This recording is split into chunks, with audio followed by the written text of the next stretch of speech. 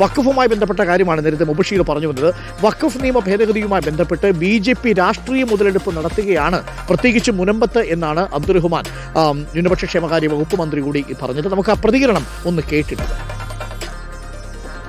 കാരണം രാജ്യത്തെ മുസ്ലിം സമുദായത്തെ ഒറ്റപ്പെടുത്താനുള്ള ശ്രമത്തിൻ്റെ ഭാഗമായിട്ടുള്ള ബില്ലാണ് എന്നുള്ള കാര്യം നമ്മൾ തുറന്നു പറഞ്ഞതാണ്. അതാണ് നമ്മൾ നിയമസഭയിൽ അവതരിപ്പിച്ച ആ പ്രമേയം.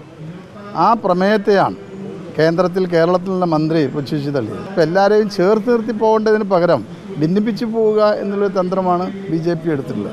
കേരളത്തിലെ വഖഫ് ബോർഡിനെ ബാധിക്കാനോ കേരളത്തിലെ ന്യൂനപക്ഷ വിഭാഗമായ മുസ്ലിം വിഭാഗങ്ങളെയോ അവരുടെ പള്ളികളെയോ ഖബർസ്ഥാൻ അടക്കമുള്ള ആസ്തി മദ്രസ അടക്കമുള്ള ഒന്നിനെയും ബാധിക്കാൻ പോകുന്നില്ല.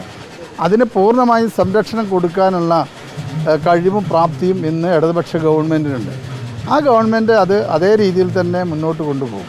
ഇത് വെച്ച് രാഷ്ട്രീയമായി വർഗീയമായി മുതലെടുപ്പ് നടത്താൻ ശ്രമിക്കുന്നവരെ തിരിച്ചറിയാൻ നിങ്ങൾ തയ്യാറാവണം എന്നാണ് ഇതുമായി ബന്ധപ്പെട്ട്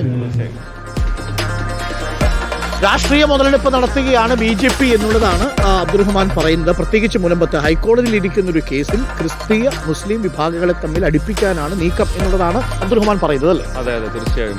ശേഷം ഈ BJP പ്രസിഡന്റ് രാജീവ് ചന്ദ്രശേഖർ ഇന്നലെ അവിടെ പോയ ഒരു സന്ദർശനം നടത്തി. അതുൾപ്പെടെ രാഷ്ട്രീയ മുതലെടുപ്പിന്റെ ഭാഗമാണെന്ന് ചോദിച്ചു. മാത്രമല്ല 50 പേരെ BJP-യിലേക്ക് കൊണ്ടുപോവുകയും ചെയ്തു. അതെ. അതോടൊപ്പം തന്നെ ഈ ബില്ല് പാസ്സായ സമയത്ത് മുനമ്പത്തൊരു പ്രകടനം ഉൾപ്പെടെ കണ്ടതാണ്. അതിന് പല അനുകൂലിച്ചും പ്രതികൂലിച്ചും അഭിപ്രായങ്ങൾ വന്നൊരു സാഹചര്യത്തിൽ കൂടിയാണ് മന്ത്രി ഏറെക്കാലത്തിന് ശേഷം മുനമ്പ് വിഷയത്തിലൊരു അഭിപ്രായം പറഞ്ഞത്. സ്വാഭാവികമായിട്ട് അവിടെ ഒരു തെറ്റിദ്ധാരണ ഉണ്ടായിട്ടുണ്ടെന്നുള്ളതാണ് LDFന്റെ വിലയിരുത്തൽ. ആദ്യഘട്ടം മുതൽ തന്നെ അവിടെയുള്ള ജനങ്ങളെ സംരക്ഷിക്കണം എന്നുള്ളതാണ് ഇടതു സർക്കാരിന്റെ സമീപനം, നിലപാട് എന്നുള്ളത് മന്ത്രി പറയുന്നുണ്ട്. അതോടൊപ്പം തന്നെ അവരെ സംരക്ഷിക്കാൻ ഏതറ്റം വരെയും സംസ്ഥാന സർക്കാർ പോകുമെന്നും മന്ത്രി പറയുന്നുണ്ട്. പക്ഷേ എന്തുകൊണ്ട് ഈ വിഷയം ഇത്രത്തോളം നീണ്ടുപോയി എന്നൊരു ചോദ്യം വളരെ പ്രസക്തമാണ്. സ്വാഭാവികമായിട്ട് അവിടുത്തെ പ്രദേശവാസികൾ ഉന്നയിക്കുന്നു അതോടൊപ്പം അത് തന്നെയാണ്. അതോടൊപ്പം വഖഫ് ബില്ല് രാജ്യത്തെ മുസ്ലിം സമുദായത്തെ ഒന്നടക്കം ഒറ്റപ്പെടുത്താൻ എന്നുള്ളതാണ് മന്ത്രി ചൂണ്ടിക്കാണിക്കുന്നുണ്ട്.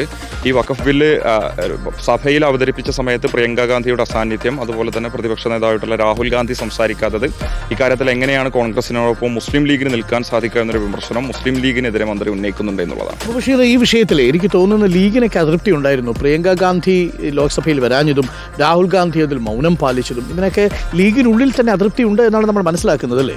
തീർച്ചയായും. മുസ്ലിം ലീഗിനും അതുപോലെ തന്നെ മുസ്ലിം സമുദായ മുഖ്യധാരാ സമുദായ സംഘടനകൾക്ക് ഉൾപ്പെടെ ഇക്കാര്യത്തിൽ അതൃപ്തി ഉണ്ട് എന്നുള്ളതാണ് മനസ്സിലാക്കുന്നത്. സുപ്രഭാതത്തിൽ ആർട്ടിക്കിൾ അതെ, സുപ്രഭാതത്തിൽ അത് വിമർശിച്ച ആർട്ടിക്കിൾ വന്ന് സമസ്തയുടെ യുവജന നേതാവായിട്ടുള്ള സത്താർ പന്തല്ലൂർ രൂക്ഷമായ ഭാഷയിലാണ് പ്രതികരിച്ചത്.